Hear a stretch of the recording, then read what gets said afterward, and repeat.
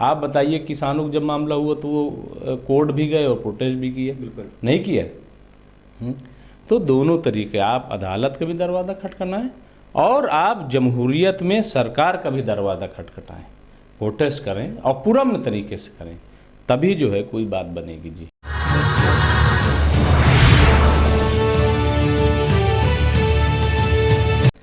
नाज़रीन आदाब, मैं हूं अब्बास फजल और आप देख रहे हैं एमएमसी न्यूज़ इंडिया। नाज़रीन, इस वक्त हमारे साथ खास बातचीत करने के लिए मौजूद हैं कौमी भारत के editor in chief doctor Mumtaz Alam Rizvi साहब। आज हमसे आसाम और उत्तर प्रदेश के मदरसों पर ख़ास बातचीत करेंगे। मुमताज़ आलम साहब, सबसे पहले आपका बहुत बहुत खैर मकदम है। जी शुक्रिया, बहुत बहुत। मुमताज़ साहब, इस वक्त ये खबरें आ रही हैं कि आसाम और उत्तर प्रदेश के मदरसों पर तलवार लटकी हुई है, उनको कहीं ना कहीं गिराए जाने की बात की जा रही है। किस तरीके से देखते हैं आप इसको?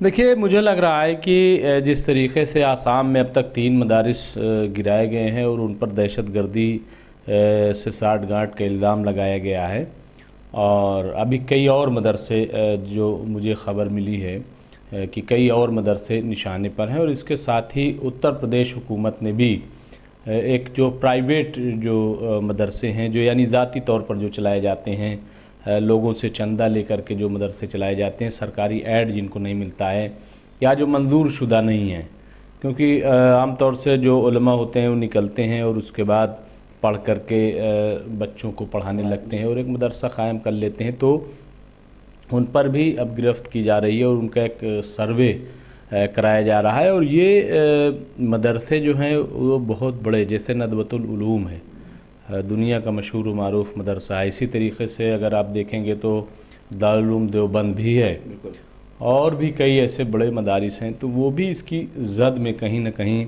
आते हुए दिखाई दे रहे हैं। तो क्या इसके पीछे मकसद है, क्या नहीं है, इस पर जो कार्रवाई हो रही है, अभी all India Muslim personal law board ने भी शदीद जो है वो रद्दअमल ज़ाहिर किया है। इसके साथ ही ऑल इंडिया मजलिस इत्तेहादुल मुस्लिमीन के सदर बैरिस्टर असदुद्दीन ओवैसी ने भी केंद्र सरकार, मरकज़ी सरकार और रियासती सरकार को तनकीद का निशाना बनाया है, और उन्होंने हवाला दिया है कि आर्टिकल 30 में जो इदारा कायम करने का खुद से एक हक़ दिया गया है, तो उसके तहत इस तरीके के जो तालीमी इदारे होते हैं वो कायम किए जाते हैं। लिहाजा इसमें मुदाखलत करना जो है वो आइन के मुताबिक नहीं है।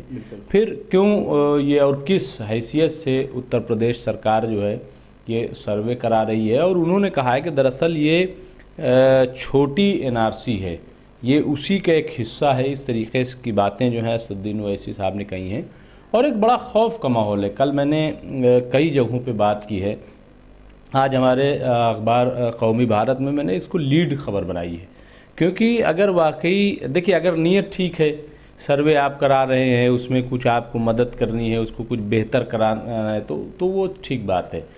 लेकिन अगर आपको उसके ख़िलाफ़ कार्रवाई करना है तो ये बहुत ही गलत होगा, क्योंकि आप देखिए सच्चर कमेटी की जब रिपोर्ट आई तो उसमें कहा गया कि मुसलमानों की हालत दलितों से बदतर हो गई है, तालीमी मामले में बहुत पसमानदा है। एक वाहिद जो जगह है जहाँ पे बच्चे पढ़ते हैं, मदारिस हैं, कि वहाँ मुफ्त भी तालीम दी जाती है, कम पैसे में भी तालीम दी जाती है और बच्चे अच्छा पढ़ के निकलते हैं। फिर हिंदुस्तान मदरसे की अपनी तारीख़ है, अगर आप देखेंगे तो जो हिंदुस्तान के पहले सदर जमहूरिया राष्ट्रपति रहे डॉक्टर राजेंद्र प्रसाद, वो मदरसे के पढ़े रहे। APJ अब्दुल कलाम जो मिसाइल मैन बने, मुल्क के राष्ट्रपति बने, सदर जमहूरिया बने, वो मदरसे के पढ़े हैं। और भी SY कुरैशी हों जो चीफ़ इलेक्शन कमिश्नर बने, या और इस तरीके के आप देखें। फिर अगर आज के हालात में भी देखें तो अभी आप देखें कि मदरसे से पढ़ के लड़के जो है कोई इंजीनियर बन रहा है, कोई डॉक्टर बन रहा है, सिविल सर्विसेज में आ रहे हैं, तो और आज तक कोई इल्ज़ाम उन पर नहीं लगा है। ख़ुद जब मोदी जी की पहली हुकूमत थी और ये राजनाथ सिंह होम मिनिस्टर थे, उन्होंने ख़ुद ये बयान दिया है पार्लियामेंट में, मेरे पास वो सारे सबूत मौजूद हैं, कि हिंदुस्तान के मदरसों में कहीं कोई ख़राबी नहीं है, कोई दहशतगर्दी से जुड़ा नहीं है। इस तरीके का बयान पार्लियामेंट में दिया गया बाकायदा। इसके बावजूद अगर निशाना बनाया जाता है तो ये सिर्फ़ और सिर्फ जो है एक फ़िरका परस्ती इसकी बुनियाद है, इसके अलावा कोई बुनियाद नहीं है। मैं समझता हूँ कि ये अच्छी बात नहीं है, इसको रुकना चाहिए और एक नेक नियति से। देखिए, मैं कल एक मिसाल दे रहा था कि अगर रोटी पक गई है तो उसको खाइए आप, ठीक है। बार बार उसको जो है सेंकना, बार बार सेंकना, बार बार सेंकना, रोटी जल जाएगी, किसी काम की नहीं बचेगी और धुआं अलग उठेगा। तो इसलिए अगर हुकूमत बन गई है, आप अच्छे से हुकूमत चलाइए, बार बार ट्रायल बिला वजह मत कीजिए, इससे नुकसान होगा आपका भी और मुल्क का भी। जी मुमताज़ साहब, एक सवाल ये है कि सदर जमीयत उलमा हिंद मौलाना अरशद मदनी तमाम मामलों को लेकर सुप्रीम कोर्ट जाते हैं। अब जब उनके ख़ुद के मदरसों पर जो आफत आई है, तो क्या लगता है कि सुप्रीम कोर्ट जाएंगे और क्या उनकी जो है सुनवाई होगी? देखिए, मुझे लग रहा है कि कोर्ट तो ज़रूर जाएंगे और जाना भी चाहिए। मुझे लग रहा है कि आसाम के मामले में जब NRC का मामला था और बहुत सारे मामले हैं, तो उस मामले में सुप्रीम कोर्ट गए तो ज़रूर मुझे लग रहा है कि जमीयत उलमा हिंद कोर्ट जाएगी। लेकिन अब कोर्ट से मेरी बात हो रही थी कुछ लोगों से, मामला अब कोर्ट से ऊपर का है। जमहूरियत में जब तक आप प्रोटेस्ट नहीं करते, जब तक आप बाहर निकल के एहतजाज नहीं करते, मुजाहरा नहीं करते, कोर्ट वोट से क्या। अभी आप देखिए ना, बाबरी मस्जिद का मामला बंद कर दिया गया, सारा जो है गुजरात का मामला बंद कर दिया गया, हाँ, अभी और बिल्किस बानो के मुजरिमीन को छोड़ दिया गया।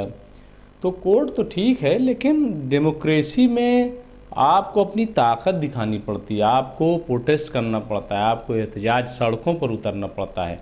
आप बताइए, किसानों का जब मामला हुआ तो वो कोर्ट भी गए और प्रोटेस्ट भी किए? बिल्कुल नहीं किया। तो दोनों तरीके, आप अदालत का भी दरवाज़ा खटखटाएं और आप जमहूरियत में सरकार का भी दरवाज़ा खटखटाएं, प्रोटेस्ट करें और पुरअमन तरीके से करें, तभी जो है कोई बात बनेगी। जी मुमताज़ साहब, बहुत बहुत शुक्रिया। जी शुक्रिया, बहुत बहुत।